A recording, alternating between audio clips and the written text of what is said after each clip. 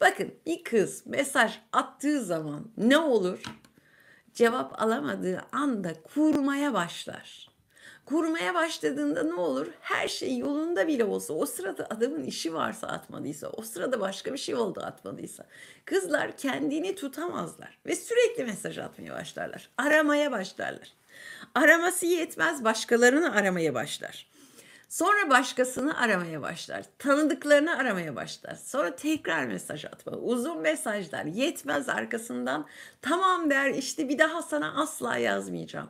Benimle ilgilenmeyen birine ben de ilgi göstermeyeceğim. Bakın tehditlere başlar. Anladınız mı?